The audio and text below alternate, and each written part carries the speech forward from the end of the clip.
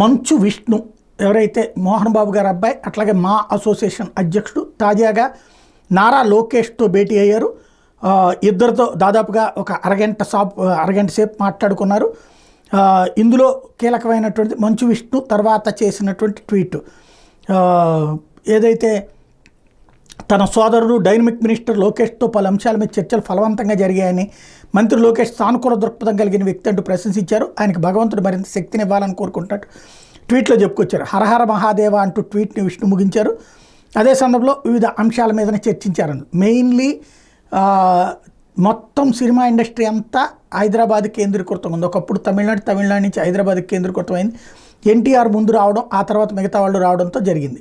అది ఆగిపోయి ఉన్నటువంటి పరిస్థితి, అక్కడే ఉండిపోయింది. ఆంధ్రాకి షిఫ్ట్ చేయాలనుకుంటున్నటువంటి వేళ ఆ విధమైనటువంటి దాని గురించి మాట్లాడారు అన్నటువంటి కాన్సెప్ట్ ఒకటి చర్చకు వస్తుంది. అది ఏ మేరకు సక్సెస్ అవుతుందనేది చూడాలి.